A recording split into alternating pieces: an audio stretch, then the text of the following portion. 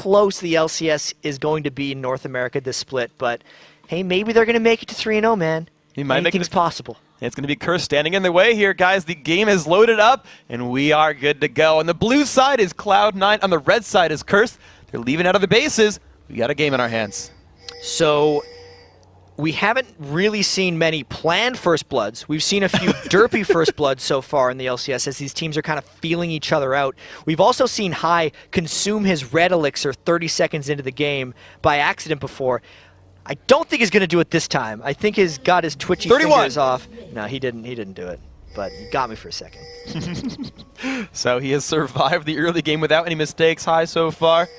Kha'Zix's ultimate might burn that at some point. Elimination. Oh, he gets hooked by Edward. Would you believe it? And the team is there. Can they jump onto him? He's going to damage the gold card.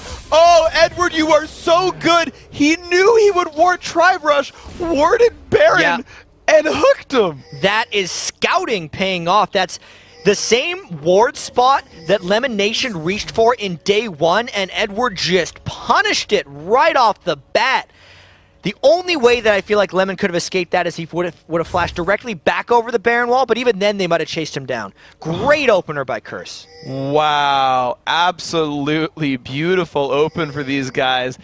Curse have started out strong. I want to see where this goes from here. I'm still in awe of that play. I'm sorry, guys, but that I have not seen a play like that ever, so that was awesome. And as a fellow support, Edward knows the spot you're going to run into in order to get the right ward spot there, because there's a certain way you kind of have to angle your camera to get the Tri-Brush ward to go through the wall just like that. Everybody knows how difficult those wards are, specifically Skara. Okay, well, the game is afoot. Meteos in his own jungle right here takes the Wolves, going for blue buff here, starting it out strongly. Ball's in high helping out a little bit. Meanwhile, the rest of Cloud9, this looks very similar to the Velocity Esports game. Najaki across the wall saying, hey, back on out. But we got some lane swaps. It's even a little bit similar to the game we just watched, because the top laner got the first blood, and he's going to be 1v1ing. So how well is Voyboy going to do in this lane against Balls? Because Rumble's early game is also hindered a fair bit by his recent nerfs, so I want to really track that and see if he gets any help. Right now, the lane to watch might just be the 2v1 in mid and the 2v1 at bottom. We've got Cop and Edward making their plays over in the mid lane, but of course Edward will be able to roam around with that Blitzcrank, and High's going to have a rough time starting this one out. He really will. Trying to shut down the Kha'Zix is not a bad choice, but Edward's also trying to shut down the jungle a little bit. Looks like Meteos is going to be able to take away this red buff because he does have a smite, and the Blitzcrank two-man mid to get buff control at least wasn't successful. Now it's about just shutting down High. I feel like every time we see a blitz in mid, we're going to expect it's going to be some... Oh, wow, the damage from Sneaky was nice. Took a turret shot, but again, every time we see Blitzcrank mid, I feel like it's going to be compared to Patoy, and you're never going to see a result like that. No, you're not going to see the double buff steal. It's a once in a couple times. Once in a split? Once in a split thing. All right, well, here comes St. Vicious, though, already helping out his teammate in the bottom lane. He got his buffs and said, hey, get off my turret. And he's going to be protecting that like the tree he is. And Cloud9's got to be a little careful because Lemon Nation has no flash available for a while yet. Oh my god, that pull. Sorry. That's all right. Go ahead. They just grabbed it from so far away. High got dunked out pretty hard. Well, that's a lot of harass he's going to have to deal with, and since the red elixir is now 350 gold, he's going to have to take a bit more time to come up with that health bot. Okay, so Sneaky and Elimination still 2v2 in this bottom lane. Maokai still defending Jack, getting some harass down there, but we're about to reach the turret. See if anything can happen from this. Well, now it's just a matter of St. Vicious sitting in this lane and trying to keep Nijaki safe. He's not really pulling off any ganks, he's just leeching a bunch of experience. Level 4 by 4 minutes will give him a fair bit of threat. People really underestimate Maokai's early damage. They only think of his ability to catch a target. It's about him killing it once he gets there.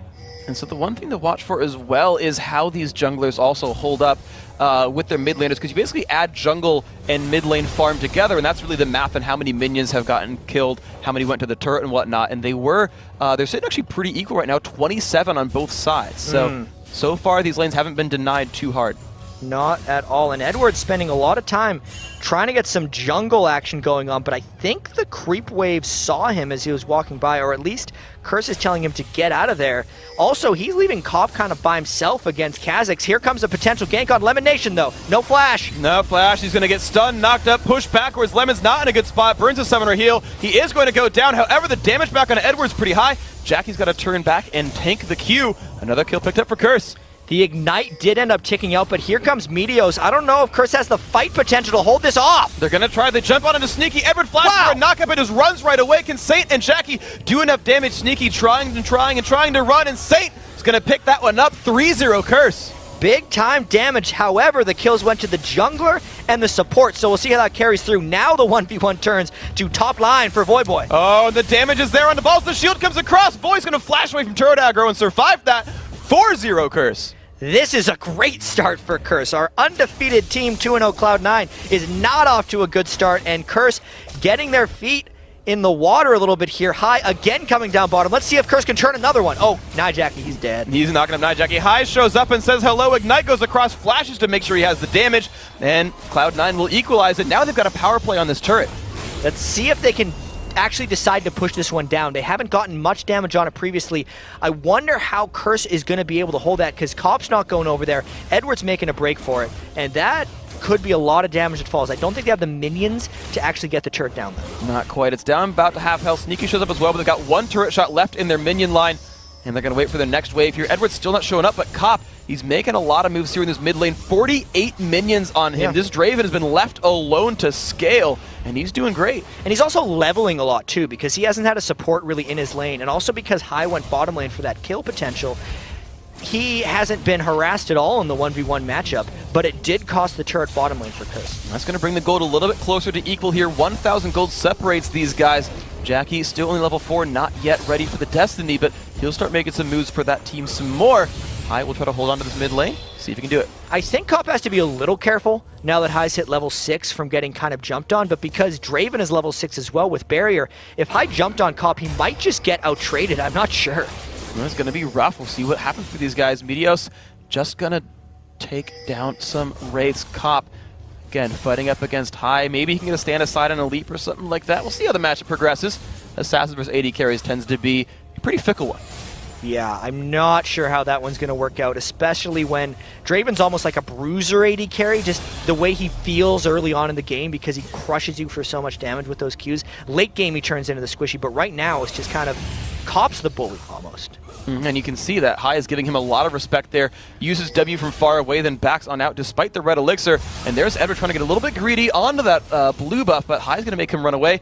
Meteos will be giving this one over to High pretty easily. And Curse is giving Edward a lot of freedom right now. They're letting him go wherever he wants, considering he's so new to the team. He's been bottom lane creating kills. He's trying to invade jungle buffs. He's 1-0-2, so he's doing a great job of it, but it's cool to see Curse giving him so much freedom when he's this new to the team. He's already got a sight stone as well, so the early gold has given himself an extra little vision control right here to try to put some harass down. Elimination, though, has been camping for High a lot here. We've really seen these lanes just be very, very different. Dual lanes mid and 1v1's bottom.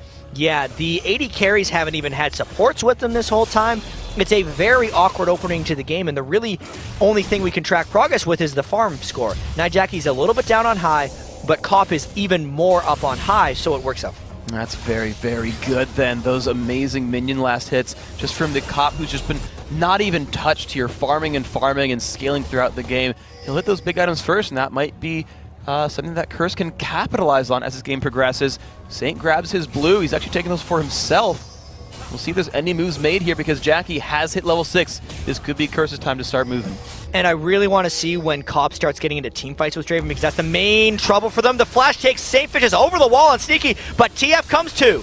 Here comes the damage output. There's Saint the ult as well from Cop, and they just find that kill onto Ezreal. He was not sneaky enough. The skirmishes are being dominated by Curse right now. Yeah. They have the pressure on Cloud9, which is a new one because Cloud9 has dominated the map in their previous 2 matchups, but Curse has really taken this game control for themselves. This will be a true test for these guys then if they even can play from behind, but also it's a new look for Curse. They're actually winning early game for once, so that's always a great place to be as well. Now putting themselves 2,500 gold ahead. The dragon is theirs. I'm sure they'll equalize turret soon enough. And Curse has a very roam-heavy composition too, so it's a good thing they're winning the early game. They're catching Cloud9 out of position and using their composition to its fullest potential, but one thing they got to be careful of is St. Vicious has 2 of those kills. Edward has 1 of them. They haven't gotten kills onto Twisted Fate or Cop, so this gold lead could be a little deceiving as this game moves late.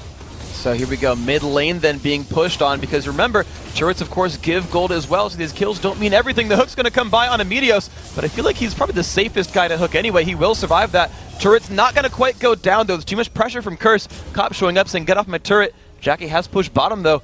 Looks like High will be able to absorb most of that farm though. Curse has got to be careful not to lose turret control for how well they're going around and ganking. Otherwise their gold lead is going to be for nothing, and Cloud9 will just be able to item back up and start winning some team fights. But good hold there mid, and Curse should start putting some emphasis on turret pushing. It's actually an interesting thing as well, because if you are winning by kills, you still have bounties on yourself. You turn those kills around and suddenly you've actually given a bunch of gold back to the opposition. That might be something Cloud is looking for, but however, Saint's going to look for balls here.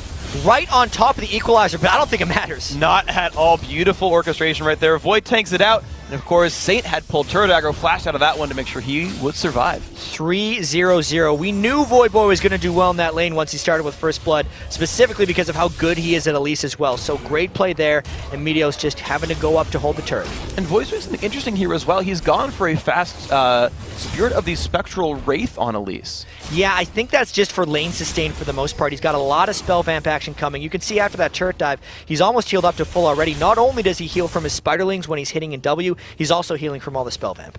Great little itemization choice right there. We talked to Nintendo yesterday, and he said, yeah, I bought a Ancient Golem on accident and decided Tank Fiddle was really, really good. Voidboy's finding some new uses for items as well, and making it work pretty well. Edward's still on the roam, puts the ward down, does spot High, but he's not going to say do much to him, really. No, High was well on the retreat as Edward's still just roaming around, but he's keeping pace just fine. He's created a bunch of pressure for Curse, and it will really come into play during these team fights. One thing about Draven is a lot of people can lane Draven. It takes a special player to team fight as Draven, and I need to see, as Cop is new to the champion, if he can pull it off. But St. Fishes is not making Ball's life easy. Wow, they're just going for him over and over and over again. The ult used as well. The damage might just be there. The next chase, there's the slow, and look at that. Saint just turns around and says, yeah, you got that. Void repels back to a minion line. Another kill. Ball starts out 0-3. That's actually the last gank that Voidboy is going to want to have St. Fishes come to help him with for Balls, because the gold value of Rumble is getting lower and lower, and it'll actually be a waste of time for St. Fishes to go up there eventually. But a nice hook by Edward. Wow, Lemon Nation is probably going to go down. Maybe not. Crescendo comes across. Ignite will take him down. Edward picks up that kill. 2-0 on the Blitzcrank. Meteos won't turn it around. This turret might even be Curses. The last tick of Ignite's picking up a couple of kills for Edward. It's not like he's taking these things intentionally. That was a kill secured. Actually, no, they both ignite at the same time. So a little bit of a miscommunication, but they still got it down as Meteos tries to save another lane. And it's just barely surviving. Curse is still goose egg as far as turret kills are concerned. Oh my gosh. Ball took the right way through the jungle. Maybe not. Will Void stay for it? Meteos is nearby, and he just might sense that Void's not going to go for it. Voidboy thought that was a bait. Just by the way Balls dipped in and then came back, he thought Meteos was in the wings, and he could see him in blue with that ward as well. Yeah, so good warding there by Voidboy. Absolutely making sure he wasn't running into his own sort of trap. Ironic that you spring a trap and get caught out by your own one. But Kappa, you saw him take some poke there from High. This mid lane under siege, and Sneaky's going to find that. However, here comes NY Jackie. Sneaky flashing away. Still getting caught, though. This could be enough damage. Here comes Meteos, so they have what it takes. Edward did not need to secure that one, but heck, he's 3-0. The fist of pain coming out from Edward right there. 3-0-2 on Blitzcrank. Maybe that kill wouldn't have been secured, and it's kind of crazy to think it's 9 kills to 1, but Cloud9 is so focused on getting these turrets down that they're still up 2 turrets to 0. If Curse gets these turrets back, they're going to be in a huge advantage, but they do have to be cautious not to lose some team fights. Otherwise, those bounties are going to pay huge dividends for Cloud9. And that could be absolutely massive. Right now, though, it's a 3,500 gold lead, so as long as Curse can keep that pressure up, and there they go. The first turret of the game is going to go to Voidboy. And that's going to make that even bigger, and he's still going to go onto Rumble. Ignite is on as well. He might just have the damage. A lot of punishment. There's a Cocoon as well. This could just be enough pain. One more Q. He's going to go for it. Nice pick up there. Voidboy burns the flash, but worth it. Voidboy's feeling pretty confident about that lane, as you can tell. He's just kind of moving his head to side to side after that kill. He's up a full Spirit of the Spectral Wraith on Balls right now. It's 6,000 to 3,400 gold in that top lane. That's like... He's basically fighting against a support right now as far as gold goes. That's why he's able to just dive on him relentlessly And if Voyboy wants to join the fight, he can. Or if he wants to keep punishing this top lane, he's going to command that Cloud9 sends multiple people. Yeah, and he had such a commanding game on Tryndamere before that. You can see him, no matter what champion, tends to do amazingly well by himself, now forcing High back, bringing him down to about 2/3, but we'll see if Kha'Zix can have better results here. The Manamune and the 2 longswords trying to scale him up.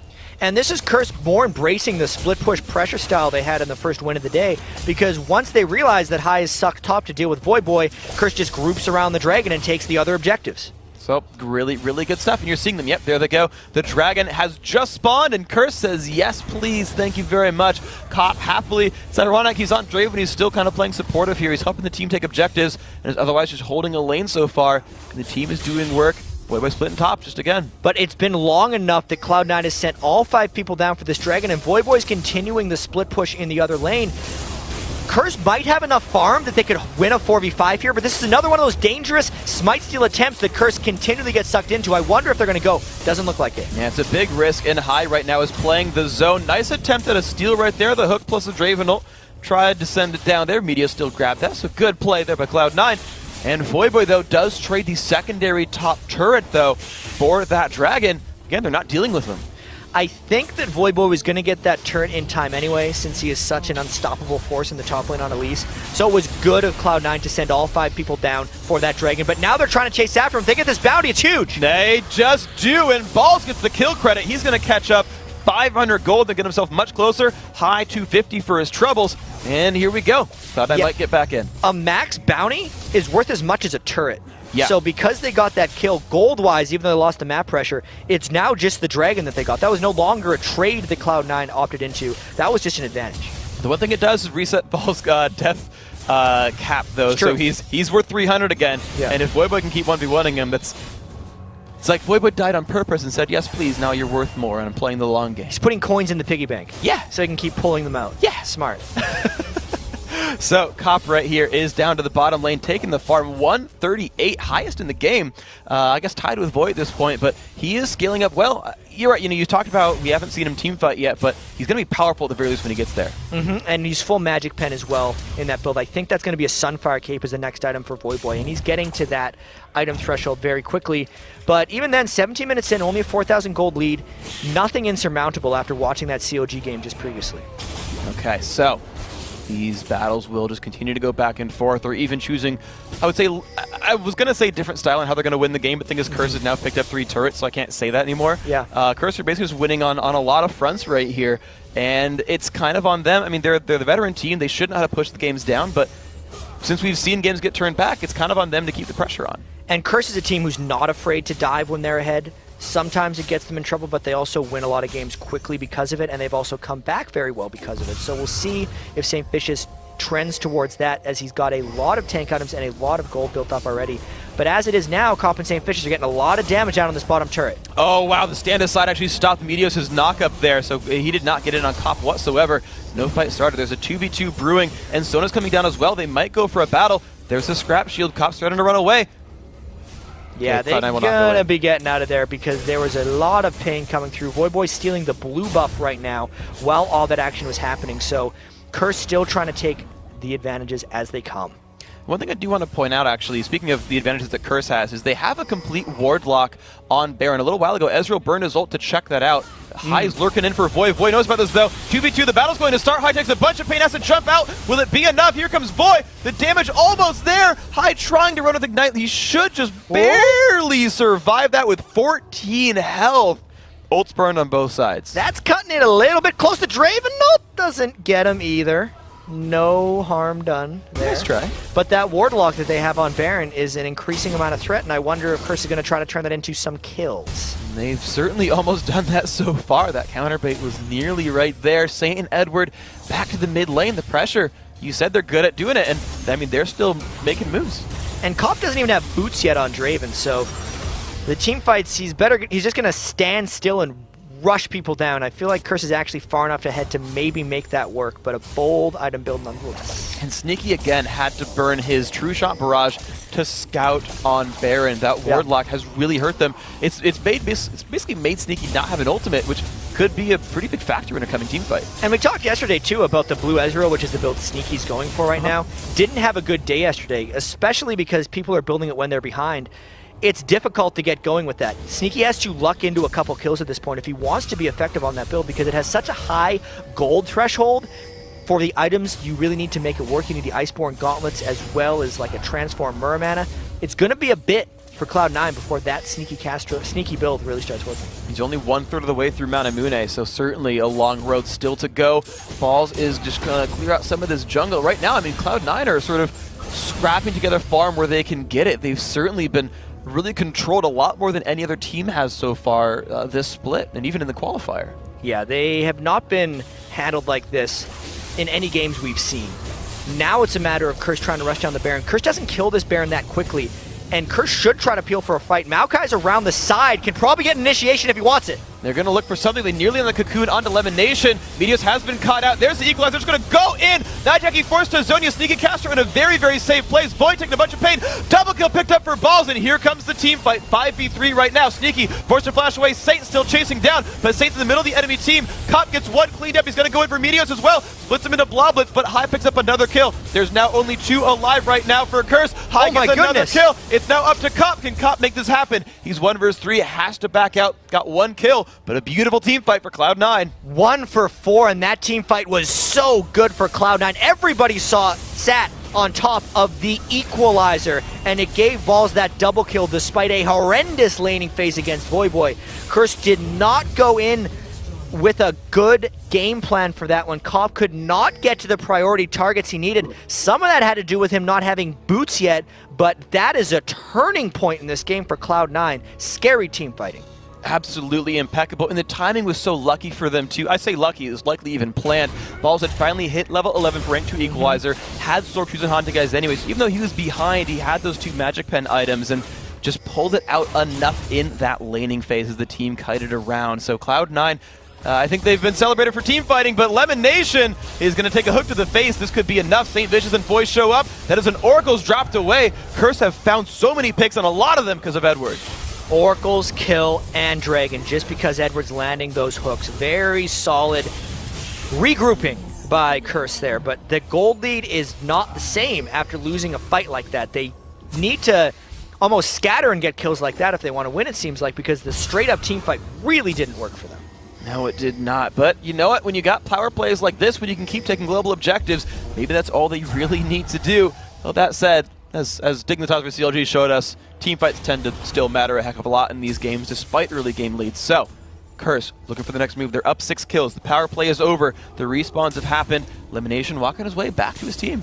And High is really farmed for Cloud9. 173 on Kha'Zix, 3-0-3. He's actually second in gold in the game to Voyboy, who has been destroying 8,400 to 8,100 when you compare Voyboy and High, but that is scary for Kha'Zix. Cop doesn't have very good ways of getting away from him, and the only peel Curse really has is St. Vicious, who wants to be initiated.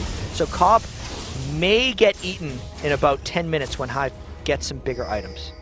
Let's see if Cop can keep himself out of the jaws of Kha'Zix then as this game moves on through. Jackie trying to wave clear. The minions dying to the turret a little bit. Certainly Cloud9 not able to dive a turret right now. I actually talked to High about ending games a while back after the qualifier results, and he said, yeah, you know, we get ahead early on, and then we aren't afraid to tower dive when we're ahead like this. We'll just force things on them. But of course they can't when they're behind. Even at the end of games, Cloud9 just like rushes Nexus turrets down in what seems like dangerous situations, and it usually works for them, but they're playing now and positioning like they are ahead, even if they aren't. So we'll see if this ends up punishing them.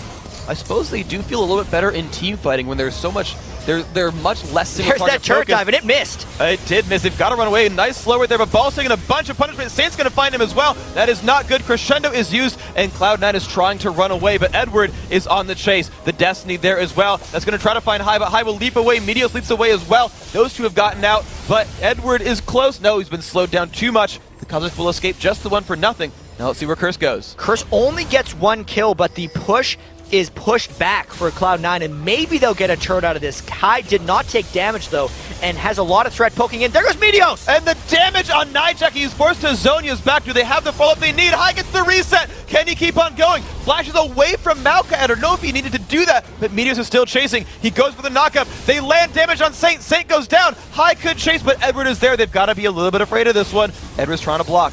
Looked like Hai was waiting for his full spike of damage before he decided to go in, because if he would have jumped as soon as he got the reset, Comp would have blown him up.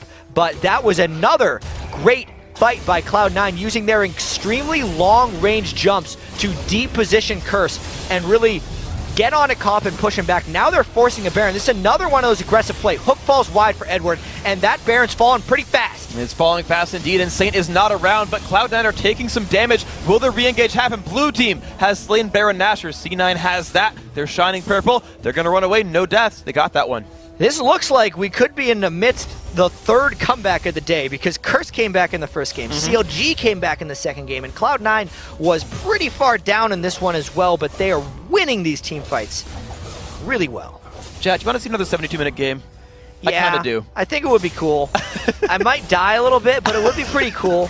I don't think it's going to get there, though, based on how well Cloud9 can engage if they get a lead, how willing both of these teams are to all-out brawl, and the lack of disengage from either one of these teams. I don't think this is going to be as long a game as the last one. Okay, so explosive fights then in store for us. No Janna to turn them back around. It's a bunch of people going ham. Let's see what they can do about this. Nijak, you're going to keep clearing up in the mid lane. Sneaky now given the red buff to accentuate just how much lizard burn he puts on enemy champions when he pokes them with stuff. And he's nearing that Iceborne Gauntlet. Just has the Ashin and the recipe to go. Yeah, he hasn't picked up any kills himself, but he is still farming, and because Hai's Kha'Zix is such a threat, and the equalizers are getting people so low, Sneaky will be able to kind of use that as the utility Ezreal, not so much as a carry, which is what you need to do for that blue Ezreal build. It has to be on a team with a lot of external sources of damage, so he can be utilized for that utility. So the kiting going to come out here. Cloud9 ready to push again in the mid lane. Saint has to get himself back to mid after shoving bottom down a little bit. He's waiting very wide. You're trying to just hide away from wards. And they're expecting a dive from Cloud9 here, because Cloud9 has Baron, and they dove the last one without it. So Saint just wants to catch their backline before they get there, but Cloud9 has other plans. Meteos going to jump in onto Saint. The Destiny comes by. The rest of C9, look at that. They group up against the TF ult to make sure no one gets picked out. They say, okay, Jackie's not coming. Let's get ourselves back here. That's one ult down for Curse. Really coordinated play. Cloud9's team fighting is what has separated them and won them some of these games, especially in that TSM game. Their team fighting was amazing, and it's definitely carrying them here. A lot of damage on a Saint, damage on a Jackie as well. More poke coming by, and Meteos again just trying to dive in, take some damage and backs right on out. That turret's going to go down 4-4. Cloud9's not done though. Yeah, they're going to keep going. This Baron's still got about 2 minutes left, and that's a cannon minion. He's going to be able to take a few hits. They want to get the damage down, and they have enough patience. As long as they're not getting hooked in by Edward, they have a lot of poke, and the dive potential is always there. The ults are indeed there. The rank 3 ult, even from Hai, upgrading the Void Assault as well for some damage reduction when he pops that in a team fight. Gonna make him dive a little bit more here. The rest of Cloud9 losing a lot of their minions though. Ults coming across from both AD carries to wave clear, but again, the pause button still, the Draven ult stopped Cloud9 from going in. There's actually not a huge rush on Cloud9 right now. Both of their mana munes are at 700-ish, so they're both very close to getting the Muramana transform. So even if Cloud9 lets this Baron run out, they will be almost as strong in team fights just on the fact that those items have transformed into their final awesome items. That's going to be fun for them if they can get those and just spike people out. One of the big upgrades here for Sneaky. Edwards looks for a pulse, and Meteos is going to go in. Everything's coming across. The crescendo hits on 3. Hai gets 1 reset. He's now on towards Boy. The backline's getting jumped on. Comp goes down to balls. 3 kills picked up in this fight, but they turn one back. Jackie forced to Zhonya's. This might not be good for the Twisted Fate, and he will fall over. A 4-for-1 battle. Cloud9 has control of the Curse base. I think we're going to get into a pattern here as the season goes on. When Cloud9 has Baron, they're diving inhibitor turrets, because this is maybe turning into a fast game. They both get Muramana at the same time, actually, Sneaky and Hai, as they get the inhibitor with a 4-for-1. They don't stay for too much more, though. The inhib says, yeah, that's all we really want right now. We'll let Void clean up the rest of this one. You're still a scary spider guy. We're going to take Dragon instead. That'll be ours, and then we'll continue from there. And it shows how little Cloud9 cares about the gold, or how little it matters in this game, because they can't see the total gold totals that we can. But the way they've been playing the last 5 or 6 minutes, you would think everything's went as planned for Cloud9 this game.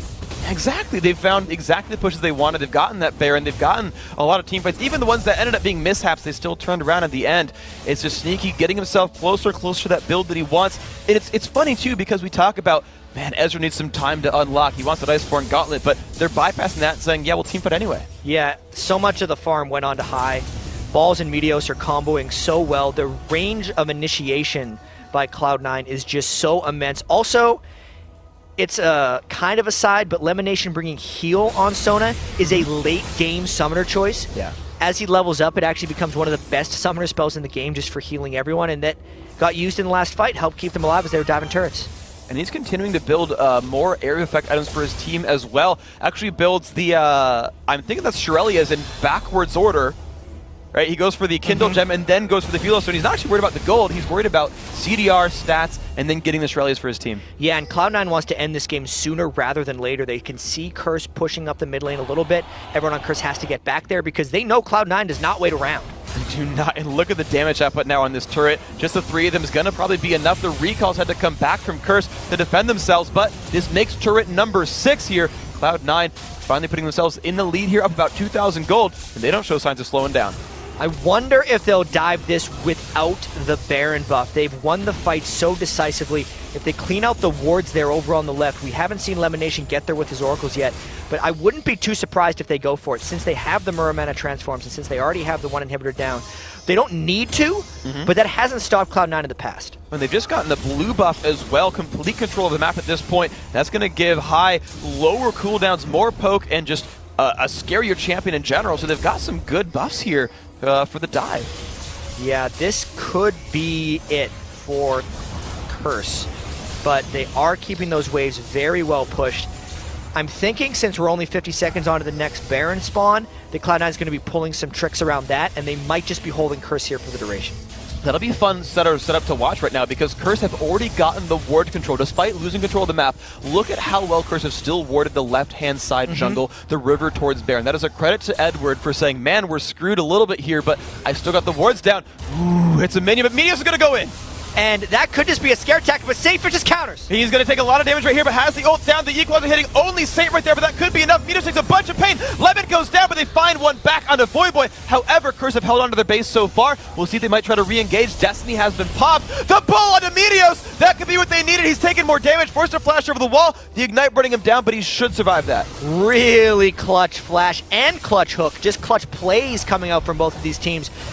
Gold is still close, Baron is down. Cloud9 has total control of this game, but a 1-for-1, if you start it in the right way, if you start the next fight in the right way, Curse could have a chance. So here we go, Curse trying to recollect themselves after an early game crush and a mid-game turnaround by Cloud9. High is lurking in the shadows, looking for prey. He's got teammates nearby as well. Ward comes across the wall. He's waiting for Cop.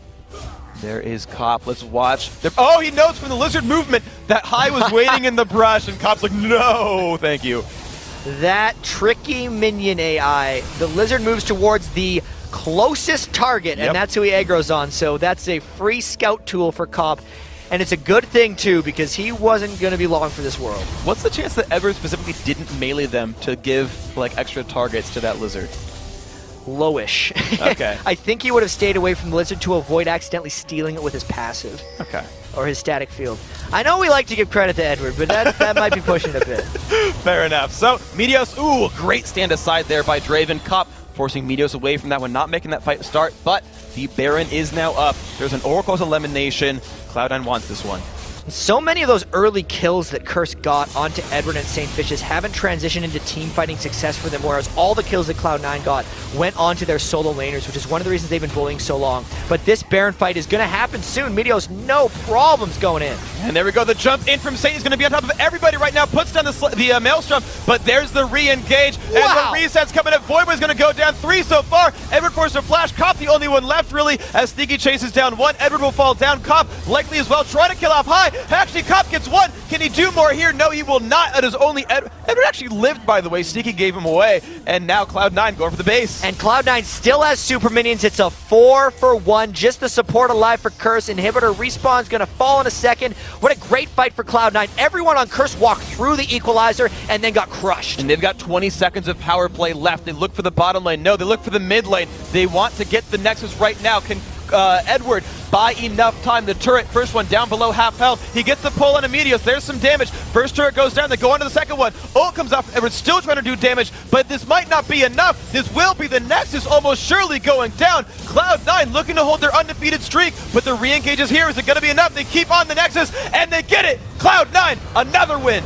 17 kills to 16 kills, not nearly as flawless as some of their other victories, but they still came through. Sometimes the comebacks are the most impressive victories for these guys. 3-0, surprisingly the only undefeated team left in the North American LCS. And the newest one as well. Such great play by these guys. I gotta hand out a couple of MVPs. High 6-1-9, highest gold on his team. Certainly his teammates donated him some lane farm, but he got 2v1 from the start. They had a rough early game, and he still pulled through as a carry.